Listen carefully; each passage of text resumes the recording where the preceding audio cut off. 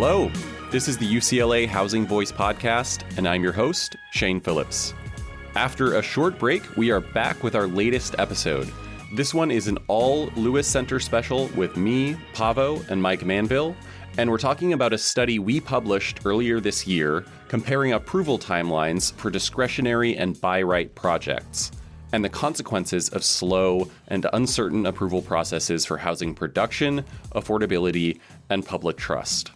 In many cities, it can take years to receive approval for a standard apartment development, and that time imposes real costs, both in less housing overall and higher costs for whatever does get built.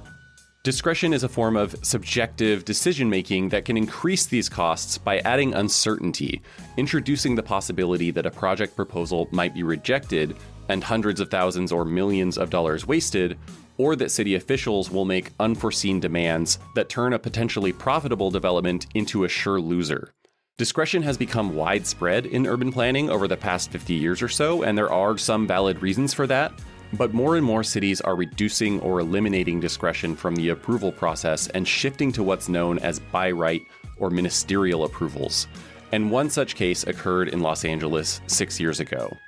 In this conversation, we get into the arguments for and against discretion and the challenges to studying it, and we share our findings on how increasing use of by right approvals resulted in shorter and less variable timelines, and how affordable housing developers were arguably the biggest beneficiaries of the reform. The Housing Voice podcast is a production of the UCLA Lewis Center for Regional Policy Studies with production support from Claudia Bustamante. We always appreciate your feedback and questions, which you can send to shanephillips@ucla.edu.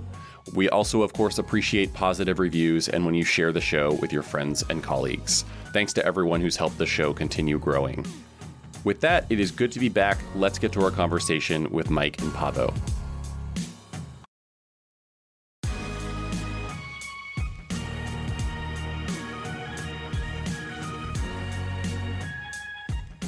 Mike Manville and Paavo Monkkonen are professors of urban planning at UCLA, and they are with us as guests, not hosts today, to talk about recent Lewis Center research comparing discretionary housing approvals to ministerial or by right approvals with a case study here in Los Angeles.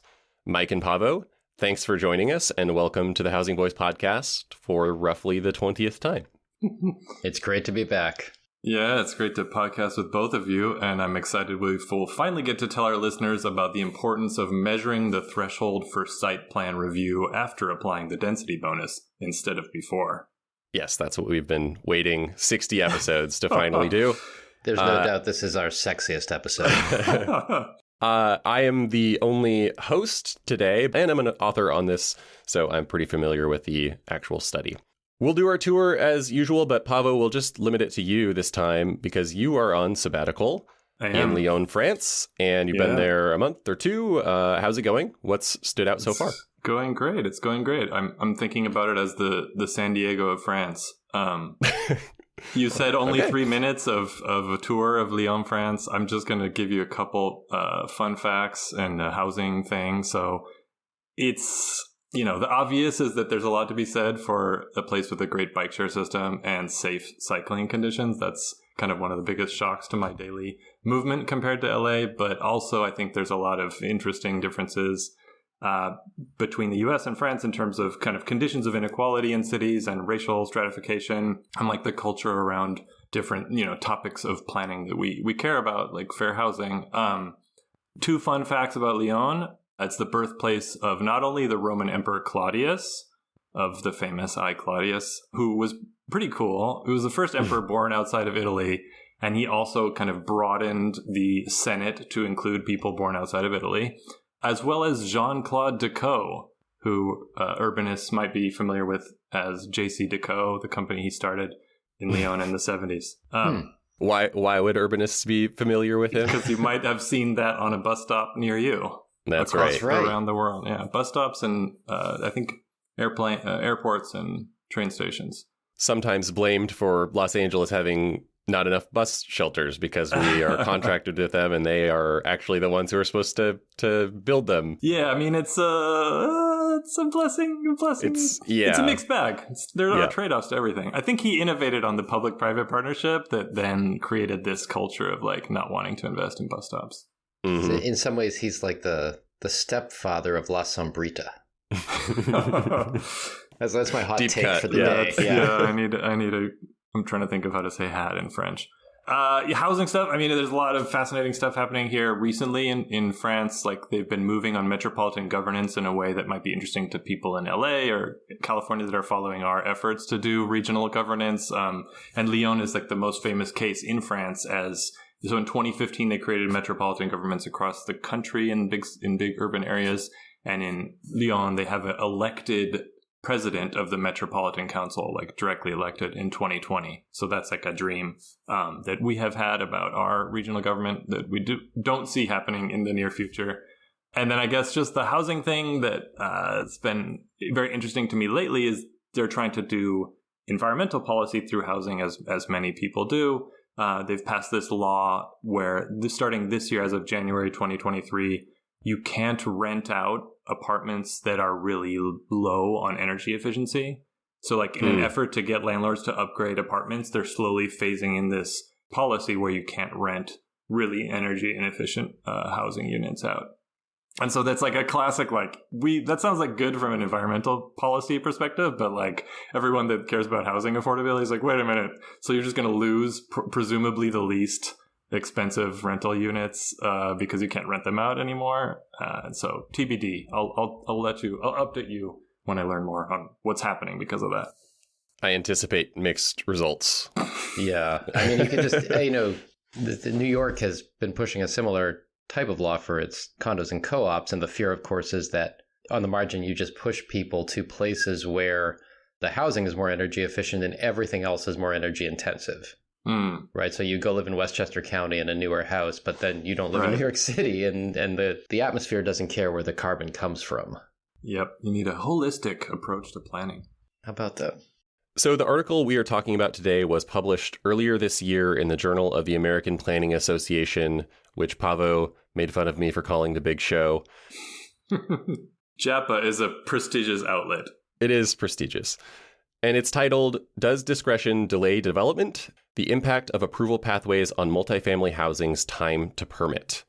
For the first maybe really useful application of ChatGPT so far for me, I was able to extend this title to, Does discretion delay development, or do deliberate decisions divert disaster? We will find out.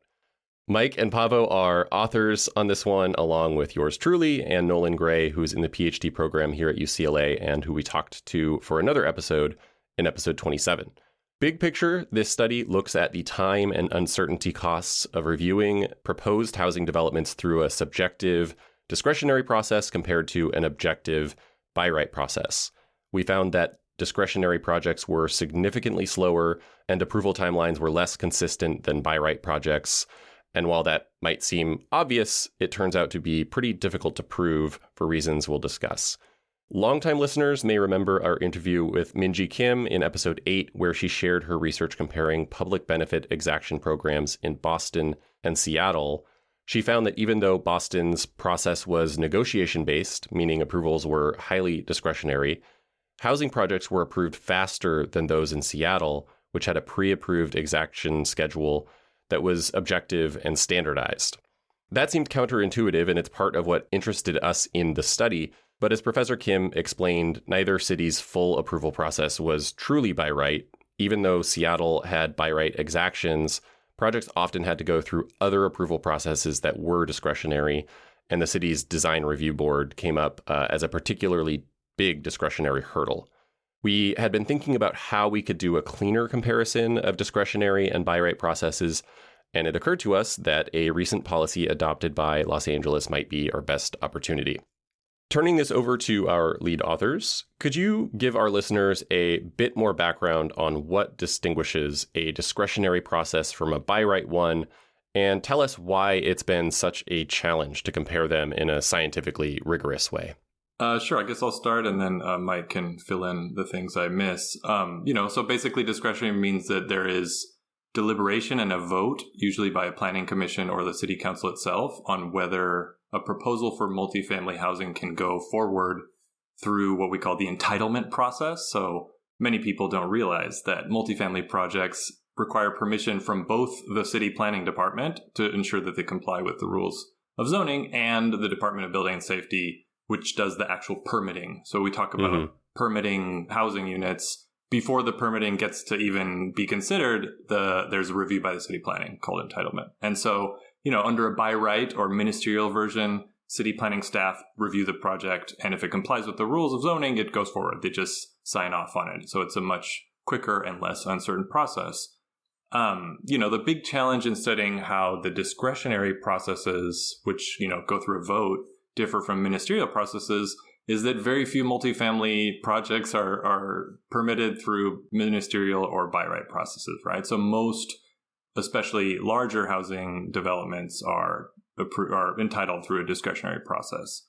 So, we don't have a lot of cases to compare. The other challenge is that where multifamily housing does go through a by right process, probably more of it will be going through that process, and it will be the smaller buildings, right, rather than the larger buildings. So often you'll have this endogeneity, if you will, between the size of the project and the type of process through which it's entitled.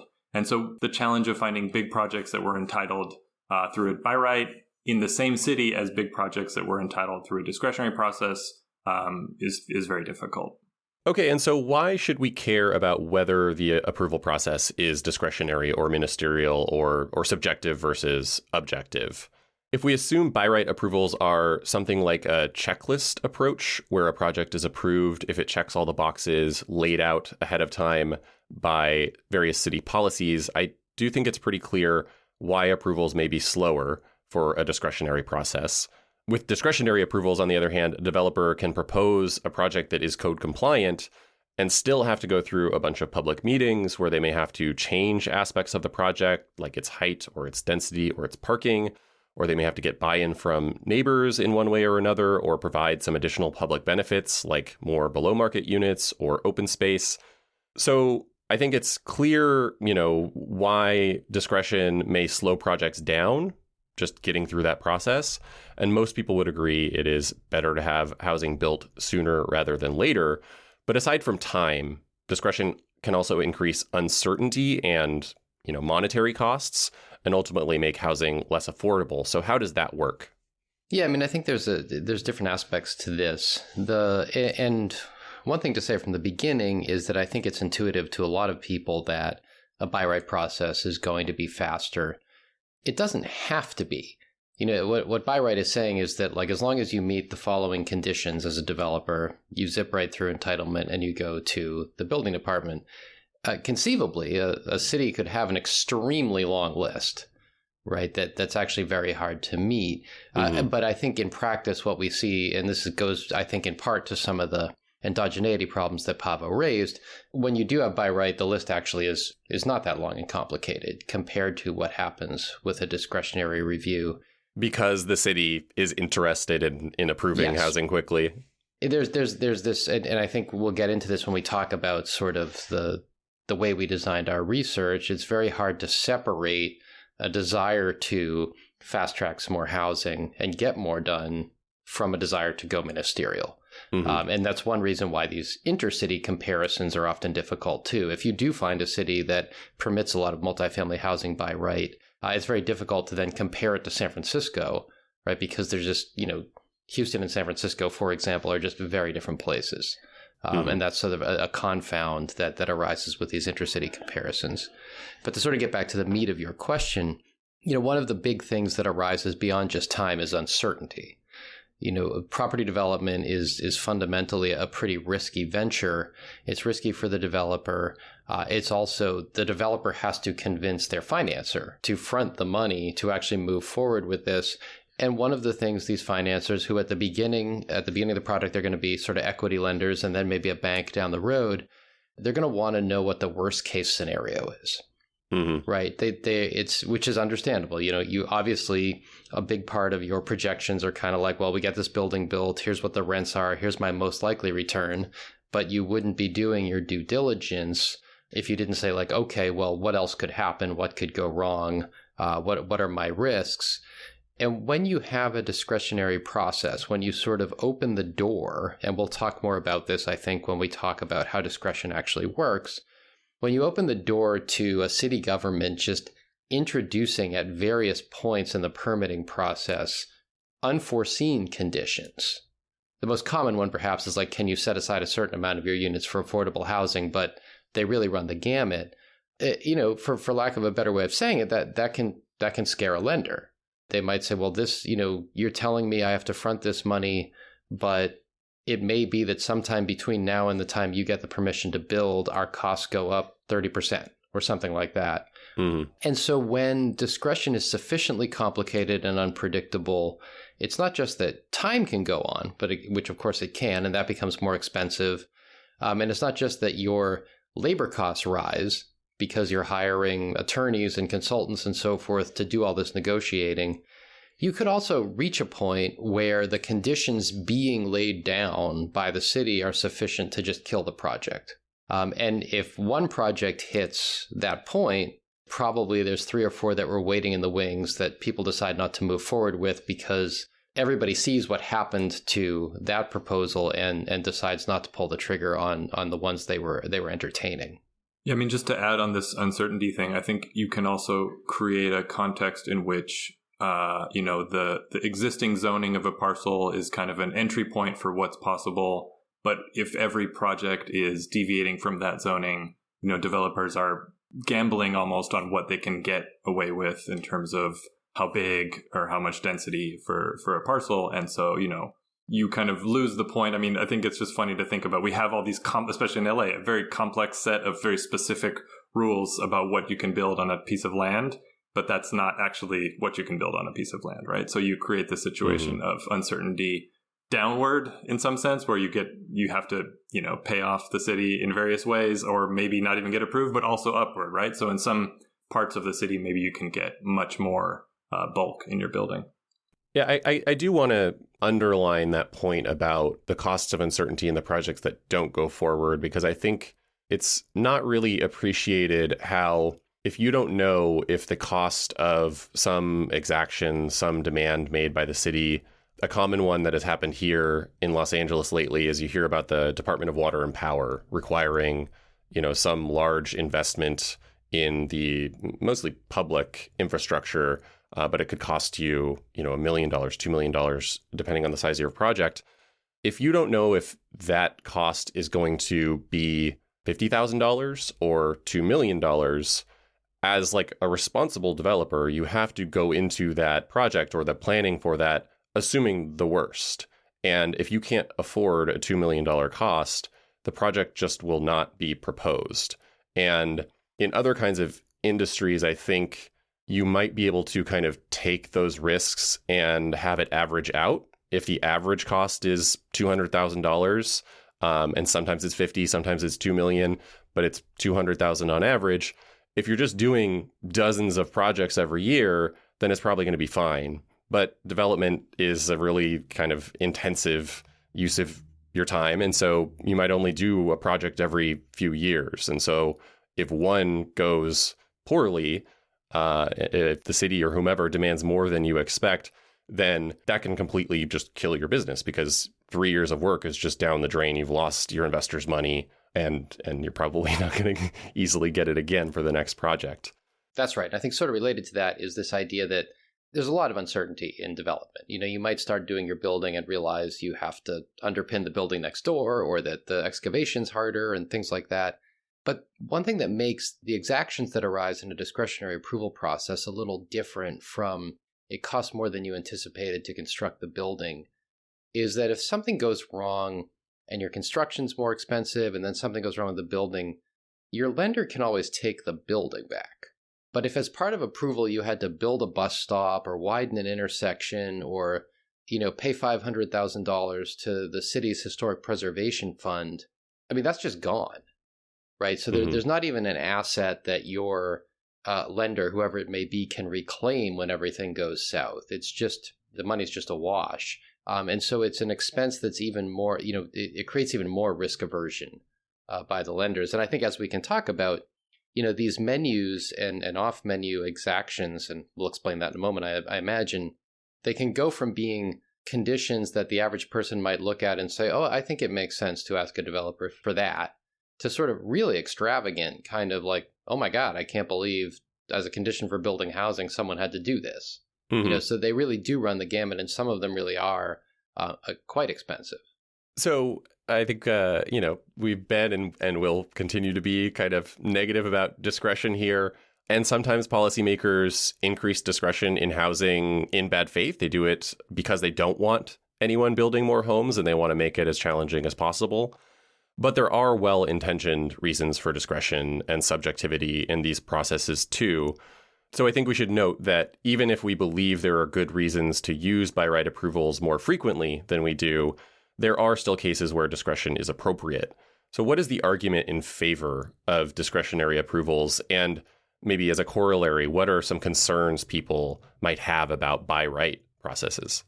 Yeah, I mean, I can think of a few arguments in favor, and I'll throw those out and you guys can add more. I mean, one is kind of a planning culture of public participation and local democracy. And so more democracy is seen as a good thing by many people. And so you have a plan, you had a public participation in creating the plan that set out the rules of zoning, but maybe you have different people living there now. Maybe this neighborhood is special in a way that the zoning code for the whole city doesn't recognize. And so you want to get people to have their input, neighbors to have their input, and have their local electeds listen to it about this specific project. I think some scholars out of Vancouver talk about how there, at least, the discretionary urban design review process has led to better designs, right? So to some extent, especially in the case of redevelopment, parcels differ from one another and some parcels have odd shapes. And so maybe in some ways the zoning code doesn't allow what might be a better use of that parcel. And so, a process through which the council asks for something, the developer, and negotiates with them on what they can do. You could get a win-win situation where, if the city council wants it to be built and the developer wants to build it, maybe they can figure out a way to change the rules a little bit and result with a better building, quote unquote. And you could imagine people saying, cookie cutter rules that apply everywhere in the city in this homogenous way, like that's going to create a terrible, soulless place. I would just point them to the city of Paris, which people tend to love, and it is very much a cookie cutter rule kind of urban design layout. So I'll just leave that there. And then maybe, I don't know, Mike, you want to talk about the other big bucket of arguments is that maybe you get more public benefits extracted out of those greedy developers through a discretionary negotiated process. I want to reiterate something Paavo said, which there's this initial justification for discretion that really has nothing to do with exactions. I mean, we should emphasize that exactions can come both through by right and discretionary approvals, but just came as a result of the fact that, especially after one round of development in an urban area, parcels are going to become kind of idiosyncratic, and you're going to end up with a situation where, someone just can't quite fit a building most people consider totally unobjectionable onto this particular parcel and still meet the zoning code. And so that's I think the textbook, if you go back to very old, zoning law justification for a discretion, right? It's just look, a variance. It's a variance. And it's just the spirit of the law would allow this building you're proposing. The letter of it doesn't. We see no harm. And I think it's important to emphasize discretion in that context is enabling development. It's actually speeding it up, right? There's a recognition that the rules were a little too stringent and they were preventing an outcome most people didn't have a problem with. And so to get into this other aspect of discretion, which is kind of funny, it's the part of discretion that its proponents like and its opponents dislike, is what Paavo was just mentioning, which is that you can start, once you realize that you have the power to do this as a city government, you can start to use discretion strategically. Rather than, the city encounters a situation where unintentionally its laws are prohibiting something that probably would be harmless, you can actually make your laws kind of stringent and you can do that by actually clamping down or just by not changing your zoning as the development context changes around it. And then when the developer wants to do something that most people may not have a huge problem with, you can say, well, yes, but we're going to have to change the rules for you. And once we change the rules for you, you're going to have to do something for us in return. And so to a proponent, this is just a great way to get public benefits for your constituents if you're a sort of an elected official without having to tax them. And even sometimes not necessarily public benefits, right? So community benefits that might benefit a very small public. Yeah. But oftentimes this is something that's driven by elected officials in places where the city council has the final say over discretion. And they justify it as making sure development is responsive to the community that's right there, that they are sort of first and foremost obligated to.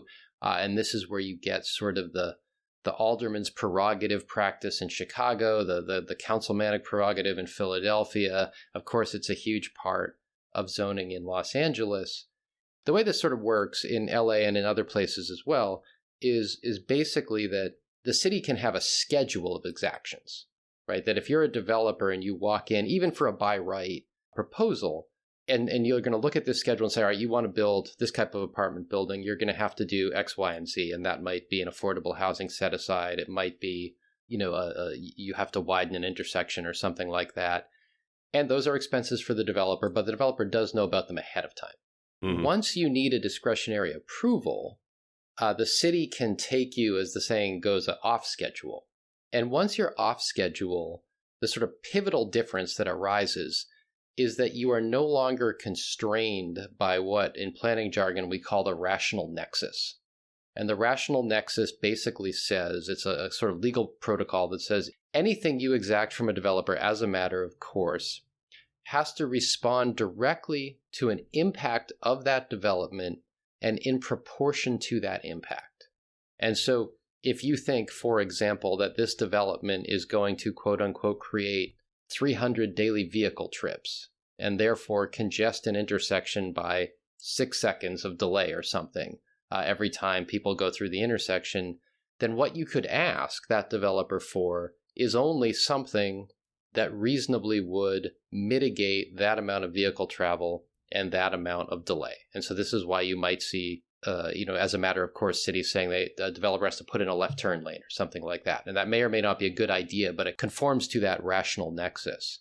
And the city could, just to be clear, they could require the developer to pay a certain amount of money that would be proportionate to addressing that impact, which they themselves might, spend that on widening the intersection or whatever. It's not necessarily the developer has to do it themselves, but the cost needs to be proportionate. Absolutely. So an impact fee is the monetary version of an exaction. Yeah. Right. I guess I should say the cost doesn't have to be proportionate. It has to be proportionate to the cost of the mitigation, right? So it could far exceed what the developer can actually afford for the project. Absolutely. But I think that the governing principle, and this is, let's face it, sometimes honored in the breach, right? Like cities will sometimes break this and developers will be reluctant to sue them. You couldn't expect a developer with an on-menu exaction or an on-schedule exaction to respond to 200 extra vehicle trips a day by building an entire rail line, mm-hmm. right? Like that would be out of proportion to the damage the city said the developer would cause, right? So it can still be quite expensive.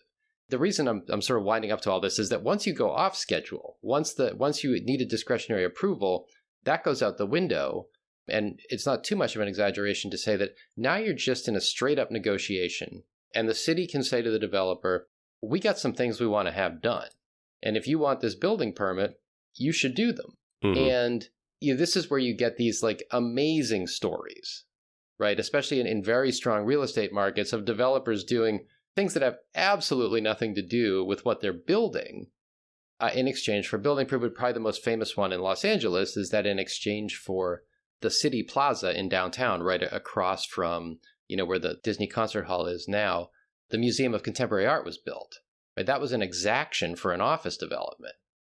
And then you have stories of, Paavo and I wrote in a different article about a development in Santa Monica, which just, in exchange for building, 150 market rate units. It made contributions to the rail program, contributions to the child care program, contributions to the historic preservation program, and bought the land and entitled an entirely separate affordable housing development. These are things that are only enabled once you go off schedule, once you go into discretion. And so I realize that was kind of a long wind up, but this is kind of what the stakes here are. And you can understand why people on both sides have strong feelings about it. Like if you're the government of Santa Monica, if you're the government of Los Angeles, you can look and say, at no cost to the taxpayers, I've brought you a museum. I brought you all these public benefits because we allowed this building to go in. But if you're someone who's a developer, or if you're worried about just sort of an overall lack of supply, you're saying this is a potentially exorbitant tax on something we really need.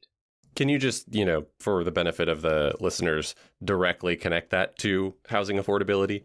Yeah. I mean, once you say that an apartment building, that the cost of building an apartment building might be not just the cost of actually physically constructing that, but also a year or 2 years or maybe more of negotiating with the city and then carrying out whatever exactions might be involved there.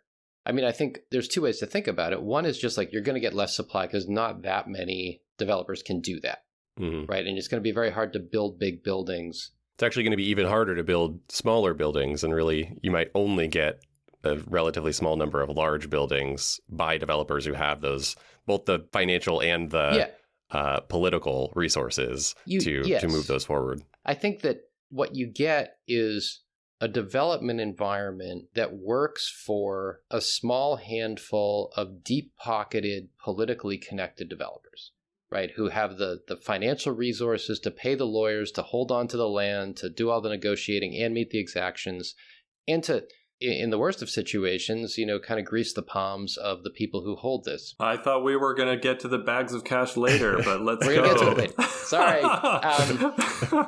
I mean, as you were talking, I'm like waiting for my envelope of cash in a bathroom in Palm Springs. So welcome to Los Angeles. But to cut this off for the moment, right? I mean, it constrains the size of the development community because it raises the barrier to saying like, oh, I think I might build a building. Right. And so to circle all the way back, one of the beauties of a by right development process in principle is almost anyone who can raise the money could enter in, get a permit, and put a building up. When we talk about the elasticity of supply in microeconomics class 101, we talk about inelastic supply is when the inputs are scarce, when the production process is complex, and when there are a lot of barriers to entry, right? And so this is making not only the production process complex, but also a barrier to entry for small-scale developers. And that's something that I think is underappreciated. And we hate the greedy developers that we have created by only allowing them to be successful. Yeah. So looking at Los Angeles specifically here now and how this study was formed, in 2017, the city adopted the Transit-Oriented Communities Program, TOC, which lets developers build bigger and denser projects if they're near transit and if they set aside some of their units for lower-income households at below market prices. But in addition to TOC providing that density bonus, it also created a new approval pathway and allowed by right approvals of more projects. Give us a rundown on the TOC program and how it made it possible to study how process affects project timelines despite the challenges with studying this kind of thing that we mentioned earlier. Sure. I'll jump in and then Paavo can add. I mean, I think, Paavo mentioned this earlier, that the big obstacle to studying discretion versus by right is this correlation between the approval pathway and the other factors that are likely to delay approval. Specifically, you have a big complicated development. And so the problem you run into is is discretion slowing things down and making things complicated, or do you just have a complicated project and that's why it's sent into a discretionary approval? So what TOC does is it enters into this landscape of planning in LA where the norm is that any project of 50 or more units are basically subject to discretionary approval. They're subject to something called site plan review, and site plan review basically triggers a discretionary project. And what TOC says And it becomes a little bit more complicated than this for reasons we'll discuss. What TOC says is that 50 unit threshold is still in place, but the threshold is measured only by the base units in the project and not by the bonus units. And so what I mean by that is, say you propose a transit-oriented communities project with 40 market rate units, or 40 base units, excuse me. And then because you're going to participate in TOC and set aside a certain number of units as affordable, you get an 80% density bonus. That 80% density bonus is going to bring the total number of units in your building to 72. So you are over that 49 unit threshold that in normal Los Angeles planning would put you in site plan review and put you in discretion. But because you only have 40 units in the base, you are, in the eyes of the transit-oriented communities program, under the threshold, right? You're under that 50 units, and so you're exempt from site plan review and can be approved by right. And so this is the first thing that I think attracted us to this program. What you have is now a situation where a bunch of proposals that are over, they're of a size that would normally be discretionary in Los Angeles, are now going to get approved by right. And the reason for that is the kind of thing researchers get excited about, right? Because it's the distinction that the city draws here is unrelated to characteristics of the project itself. It's basically the TOC determination is relying less on the total number of units in the building and more on a decision made in the planning department about when to stop counting those units. And so for us, we say like, oh, here's some variation we can exploit. Right. So suddenly we have a situation where, which you didn't have before, equally sized big developments are going to be in very different approval pathways.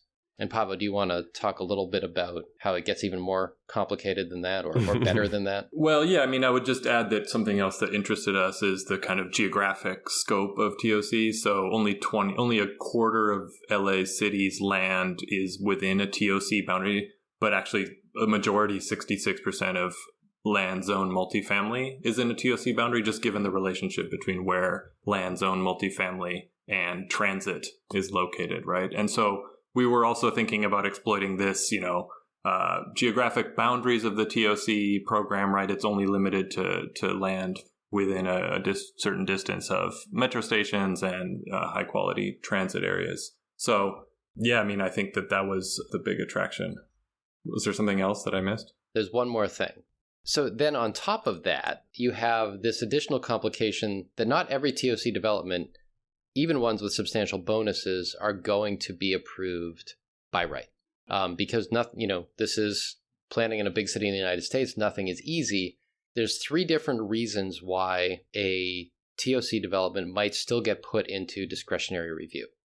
Right. One is that, again, you could have a building where the base count is just more than 49 units. So the example I just gave, you have a 40 unit development. It gets a bonus of 80%, 72 total, but the base is below 50, so you're by right. But if someone proposes a 70 unit base development with a 30% density bonus and now you have 100 units, well, the base is above 50. That's going to be discretionary. And then there's 2 other reasons why a TOC development might still be discretionary. One is that it might be in a special district, like a specific plan area, whose provisions supersede the TOC. And the other is it might want some additional incentives, extra height, reduced setbacks, things like this. And whenever a developer in TOC asks for additional incentives, that tips it back into discretionary review. That's not very good for the developers. It's actually great for us as researchers because what it does, right, is it gives us variance not just between the by right and the discretionary programs, it gives us variance within the TOC program. Right. And so if you had a concern, which was a reasonable one, that measuring by right by just looking at TOC, you might have a confound there where the city of LA loves its TOC program. It's just going to fast track TOC. Well, no, actually, even within TOC, we can see the difference between by right and discretionary. And so that kind of 2 by 2 variance, right, by right and discretionary inside and outside TOC, makes for a much cleaner empirical test. And I do think this is a good time to make the point that discretion is not actually a binary, but it's really more of a spectrum. And we kind of hinted at this when talking about Minji Kim's work. But here in LA, by right projects go straight to the Department of Building and Safety to apply for their building permits, as Mike said, and discretionary projects can take a lot of different paths, actually, but all of them lead through the city planning department. So one path through the city planning department is you might just need approval by staff. But other projects that are maybe asking for more, or just depending on where they're located or their size or what have you, they may require approval by the planning director. And then there are others that actually have to go all the way to the city planning commission or even the city council. And, interestingly, some projects actually require discretionary approval, but the city does not really have authority to reject their applications. But just by nature of it becoming this discretionary process, at least in name, in California, the law says that these projects are now subject to appeals and lawsuits. And of course, there are uncertainty and financial costs to that, both from delay and the legal costs themselves. Then there are projects that are truly discretionary, like, for example, a developer requesting a change of zoning from industrial to residential. This was common in the Arts District and a few other neighborhoods in Los Angeles. And in those cases, the city has complete authority to reject the proposal if they choose, or ask for whatever they like. So even though discretion creates uncertainty and additional steps, no matter what form it takes, the degree of discretion really does matter. And so just knowing that two cities have discretionary approval processes doesn't tell you all that much about the similarities between them. But as we've talked about, the by right process really is distinctive. It is truly by right, at least in the city of Los Angeles, as we run things. It just does not have to go through city planning at all. It does not require entitlements. It only goes for that building permit. I would just add the other thing that TOC did was Mike referenced this kind of schedule of exactions, but it really formalized kind of the negotiation process by saying, if you want reduced parking or more height or more density, you have to give this percentage of your units as affordable to the city. And it created this kind of almost exchange rate, if you will, between kind of variance and units affordable. Mm-hmm. And so as we learned in interviews that we did related to this project, that kind of almost set an anchoring point for other discretionary negotiations, even non-TOC discretionary negotiations. It said developers could then reference that schedule within the TOC program and say, look, this is what you're doing with the TOC. How come my project is not kind of falling within these rough parameters? So what we have now with the TOC program added to this mix of approval pathways is a 2x2 matrix. TOC and non-TOC are on one axis, discretionary and by right are on the other. And so that gives us 4 project types to study in this little square: TOC by right, TOC discretionary, non-TOC by right, and non-TOC discretionary. I think we've kind of already talked about how we imagine this might play out.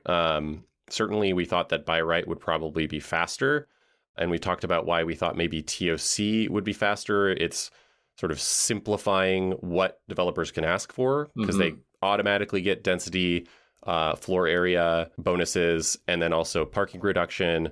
And they can only ask for specific things in terms of setback reductions, height increase, a few other things.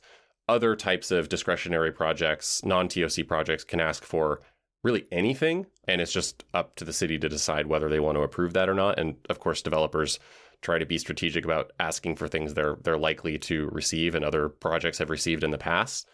So our final sample that we did this analysis on had 352 projects. They ranged in size from 10 units to 228 units.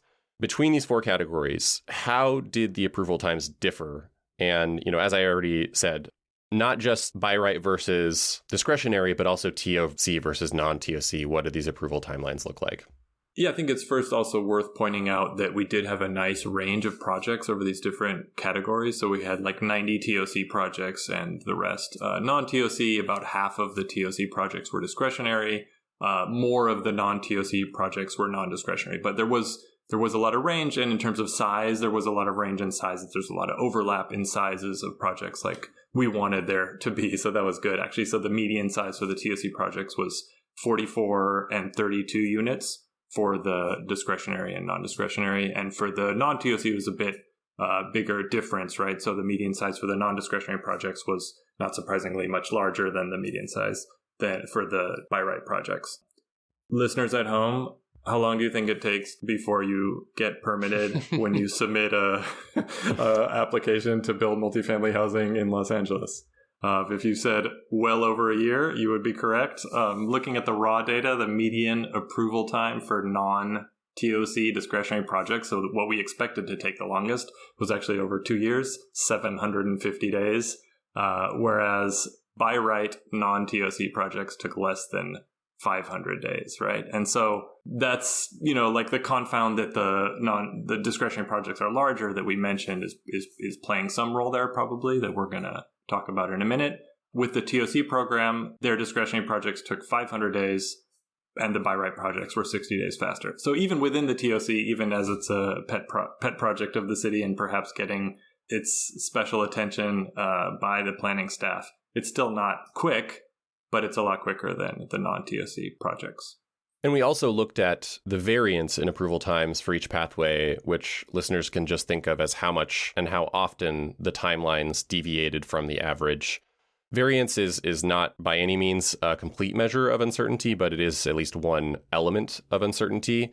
What were the results there, comparing, again, by right and discretionary and TOC and non-TOC?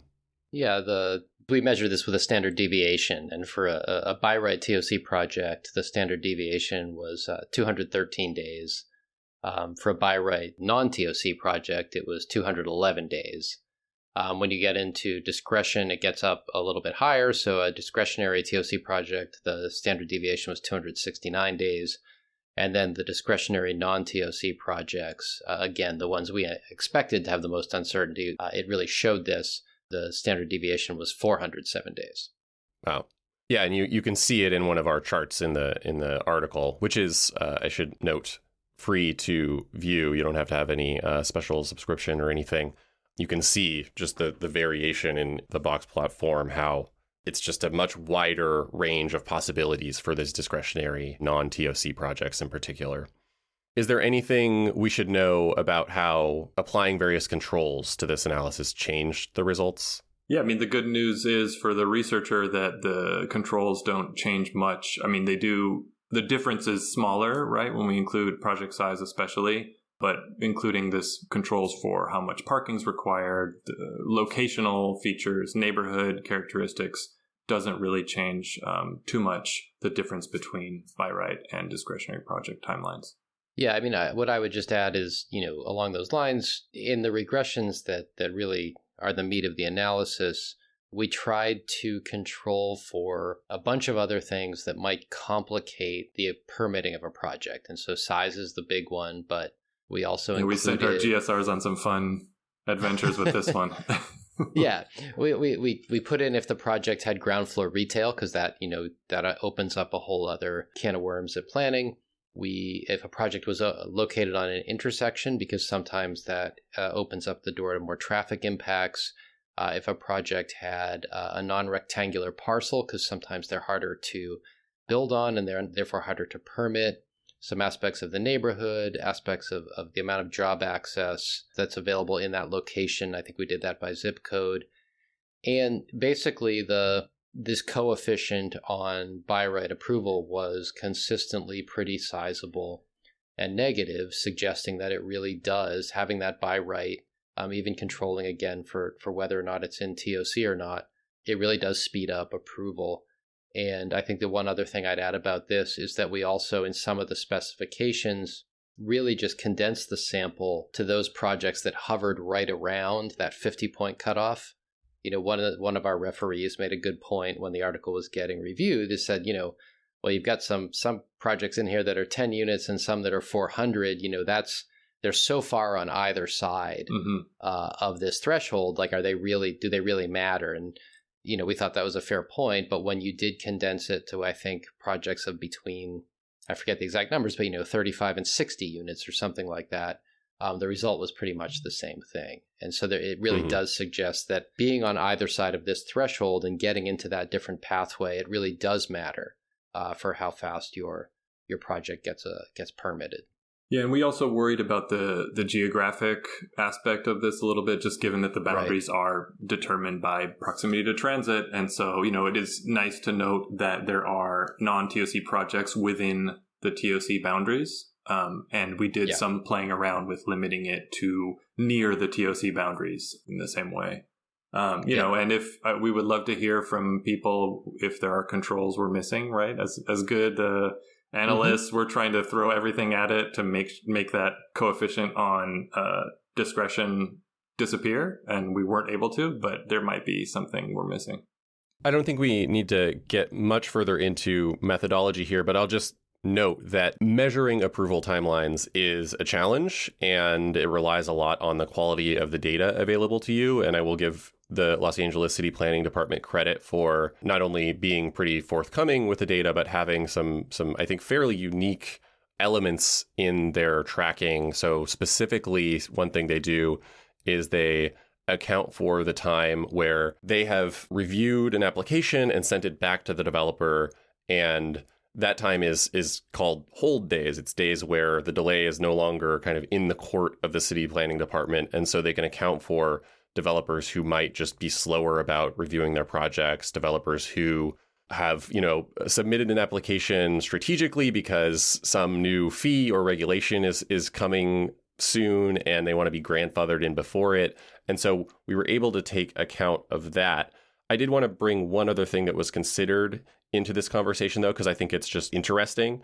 But one thing we don't capture in the analysis is any time spent on pre-submission. So the clock starts once the developer submits their application, either to city planning or for building permits in the case of by right projects. So pre-submission is the work that developers put into their projects before submitting an application to the city, which can be substantial.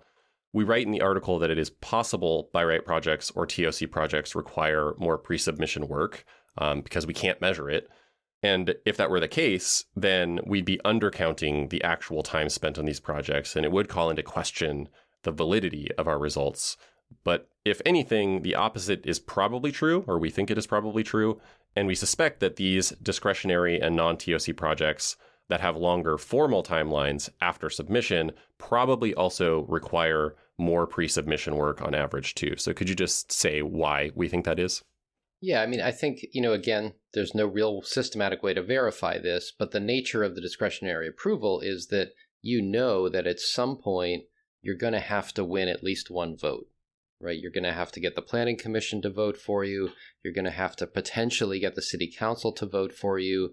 And along the way, those bodies are going to hear testimony from neighbors and community groups and various activists and advocates, which means that before you move forward with that, if you're doing your due diligence, you're probably laying groundwork and trying to communicate with all those potential stakeholders, meeting with a city council member's planning deputy and saying, look, if I file this, what do you think's going to happen? Who do you want me to have talked to? And then you got to go talk to those people and so forth.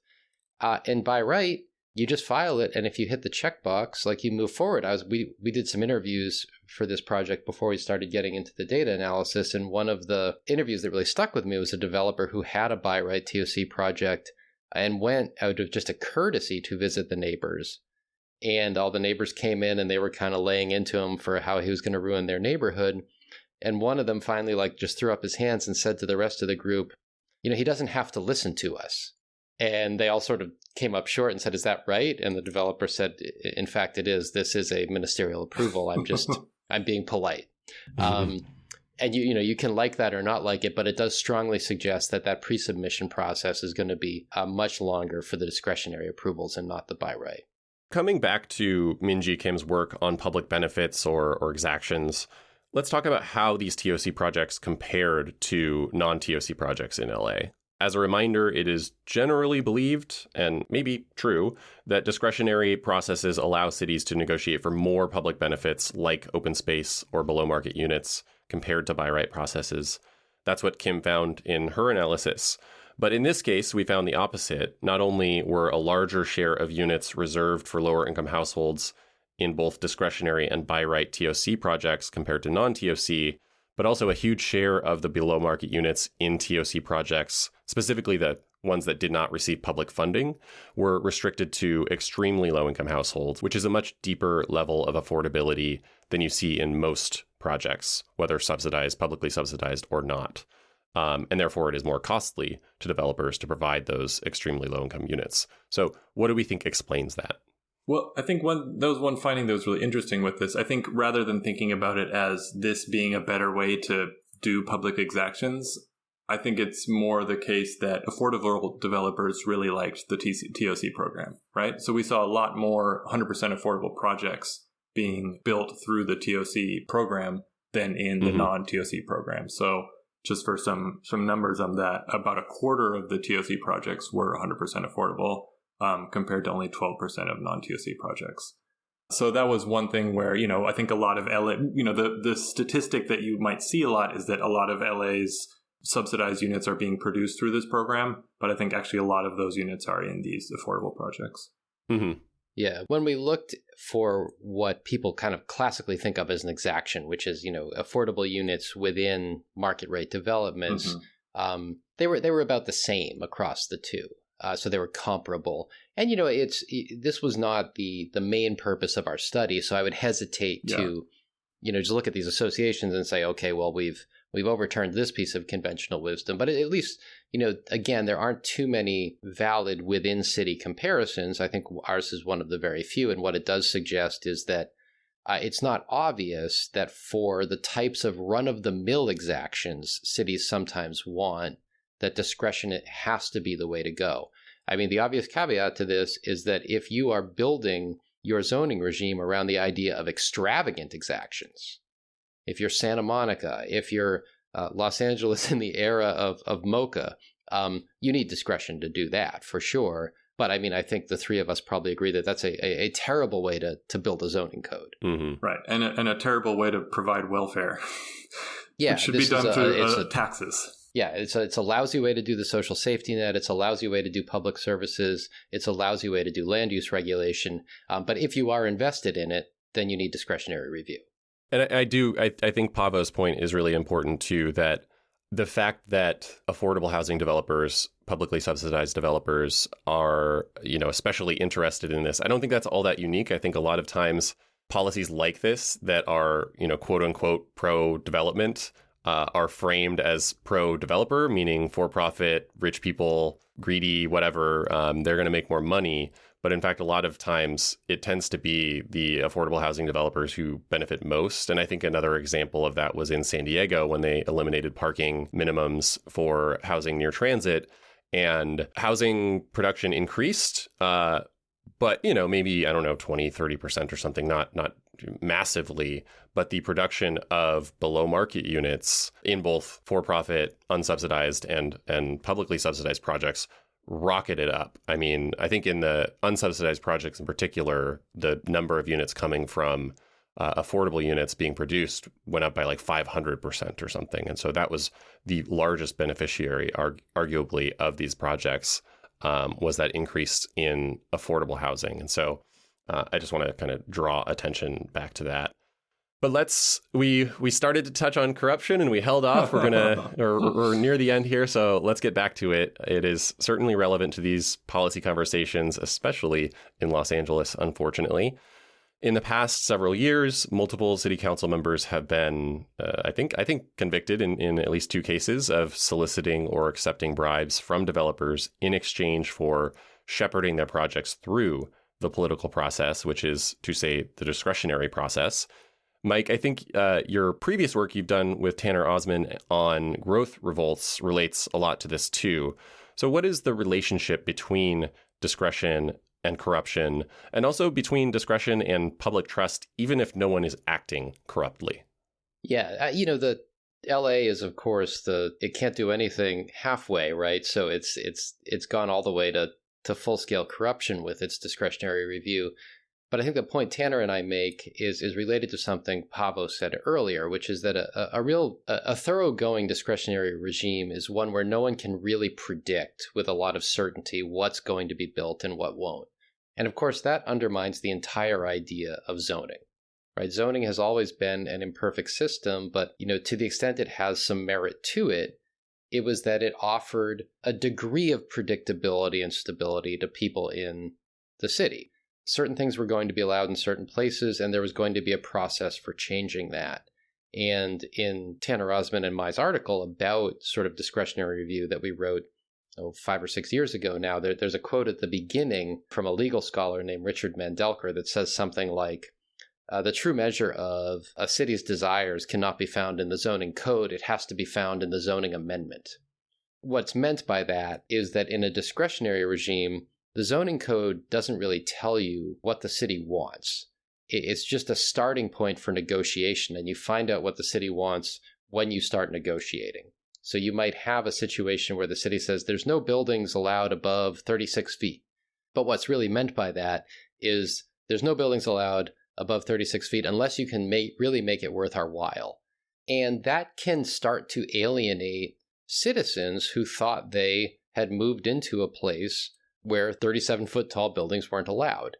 And so you end up with kind of the worst of all worlds, which is that, A, it's very difficult to build because you have to go through these extensive negotiations. And then on top of that, almost everything that does get approved comes with this sort of whiff of illegitimacy. Mm-hmm. This idea that it was that the city government bent the rules for the developers. And that doesn't help things. And of course, one thing that Tanner and I talk about is that this is the motivation behind a lot of growth revolts that have occurred, especially in Southern California, is if you look at the text of those revolts, when they put things on the ballot to restrict development, they usually call out the fact that the city is ignoring its own zoning code. And so I think that's the biggest cost, is just this generalized distrust of the entire planning process that arises from what seem to be negotiations that circumvent what's written down on paper. As Paavo can probably fill us in, the next step from that, right, is just to go into straight out illegality. I don't know why Paavo is the expert on this, but he's making an allegation here. Don't tell him. I just felt like I'd been talking too much. I have met one of the people in that long indictment. I thought the best line on this topic of corruption was something that I think Mike found in the indictment, or maybe you found it, Shane. A wiretap developer described paying bribes as just trying to plan for the next 12 years. Yes, yeah. Because that really speaks to the kind of pre-approval timeline that we can't measure, right? So a lot of this is just generating goodwill on the part of the city council in order to get your projects approved later. And that kind of, speaks to, let's make it a little bit more wonky, none of this fun corruption talk. I think one of the so what's of this paper, and kind of, as we said, our motivation was more about getting a number on the benefits of by right rather than looking at public exactions necessarily, was thinking about the category of state regulation of local zoning, right? And so thinking about how the state can go in and, as it has been doing in California, make more projects eligible for by right approval processes. And then we have this decades-long history of a permit streamlining act where the state is trying to regulate how long is reasonable for a city to take to make a decision on a project, whether it's meeting zoning and whether it's meeting building and safety, right? And so that's like a whole other can of worms, the Permit Streamlining Act. If you thought regulating housing element sites was difficult, regulating timelines turns out to be even more difficult. But, getting some empirical evidence on the benefits of a by right process, I think, was really important for that category of work.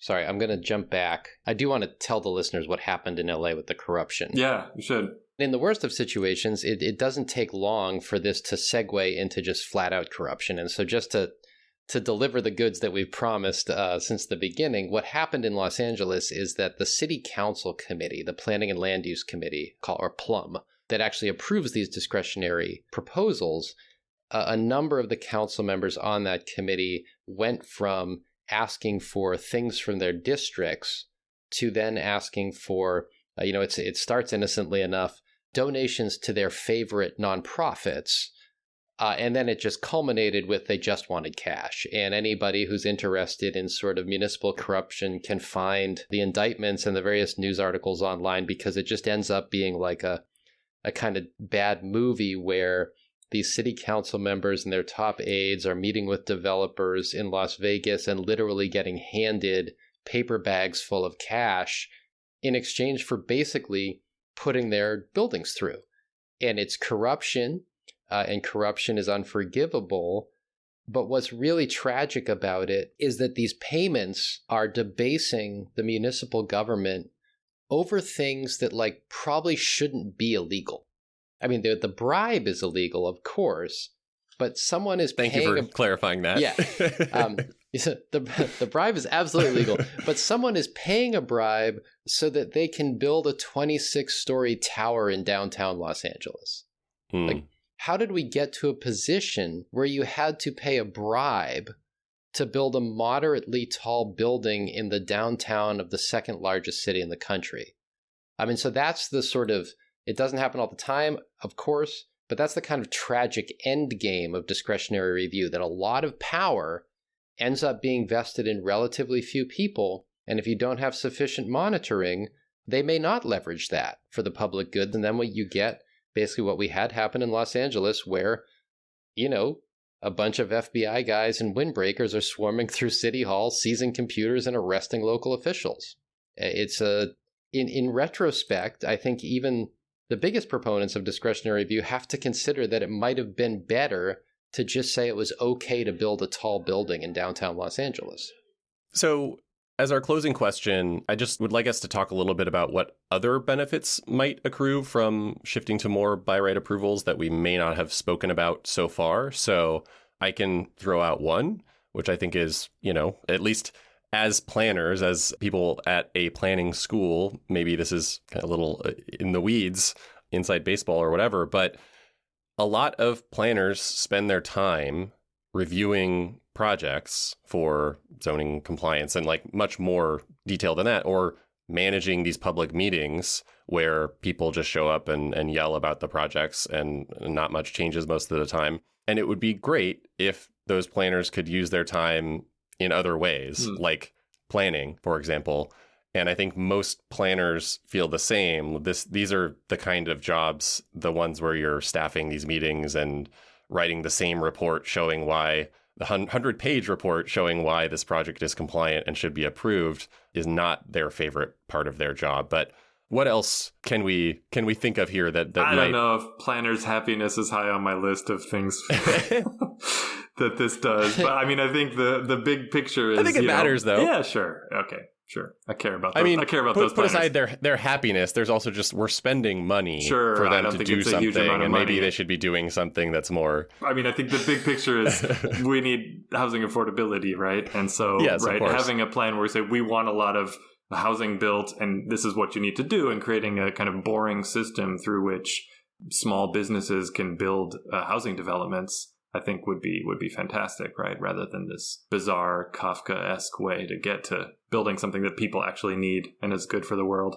Well, and I think that point about the small projects, small developers is part of this too, where by reducing the barrier to entry can have maybe a more diverse group of people building this housing, which is just not the circumstance we find ourselves in People today. that don't like bribery. Yeah, I mean, I think, you know, you're always going to need a big developer to build a really big project, but it shouldn't be quite so hard as it is for someone to build a 45, 55 unit building. And by right could help do that. As the chairperson of the UCLA Department of Urban Planning, I want to be on the record saying that the health and happiness and welfare of planners is a deep, abiding personal concern to me. And beyond just that bit of PR, I do think, Shane, you're right. I mean, and you don't have to frame it necessarily as planners' happiness, but just, you know, you hire these folks and they're talented, and you do squander their talent or drive them to burnout when you have them, you know, at these 4-hour-long meetings, often in the evening, just like, you know, listening to people yell and scream, but it doesn't actually move the needle that much on the final project. And when I was at Cornell and I knew planners who worked for Ithaca's planning department, that was all they did. I mean, it's a little bit of an exaggeration, but so many of them had so much comp time that they could basically never take because of all these evening meetings in front of various boards of appeal. And it's not a good way to use a sort of educated, talented workforce. Right. Yeah. I mean, and I just last maybe thing on that. I think something that Mike and I have written about in another paper is kind of the parcel level approach to planning being a big problem and not thinking about kind of citywide projects for planning processes. And so this is really a case of meetings and public deliberation and a vote on one building at a time is really not the way forward. Yeah, I like this idea that planners spending more time planning the public space and kind of leaving the private space to, lead where it will, because generally the developers have a pretty good sense for what people want to see and how much housing is needed and so forth. Right. And we've kind of ceded the public space planning and not emphasized that as much. And especially in a place like Los Angeles, I think that really shows. Yeah. Yeah. I mean, I've called this in another paper about planning in Mexico, proactive planning versus reactive planning, right? And so when we have this kind of system where it's like developer proposes something and then we think about what we want to make them change, that's not kind of a public-led city development process where the city should be saying, this is what we want. Go build it for me. But that's not what we do. Even though we do that, it's just then the developer shows up and says, I would like to build this that. This is what we want, but not like that. But actually, and then we negotiate after. So it's both proactive and reactive. Right. All right, Mike and Paavo, thank you for being guests this time. It was fun. And we'll see you next time on the Housing Voice podcast. Thanks, Shane. All right. Bon nuit. You can read more about the Lewis Center's work on our website, lewis.ucla.edu. Show notes and a transcript of the interview are there too. The UCLA Lewis Center is on Facebook and Twitter. I'm on Twitter at Shane D. Phillips, Paavo is at L Paavo, and Mike is at Michael Manville 6. Thanks for listening. We'll see you next time.